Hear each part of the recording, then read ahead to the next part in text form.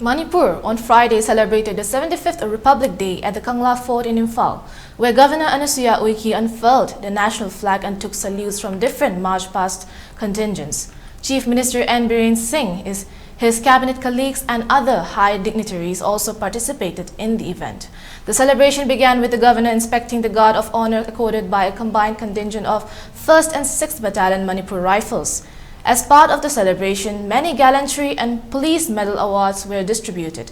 Speaking on the occasion, Governor Anusuya Uike explained why the day has been celebrating over the last 75 years in detail.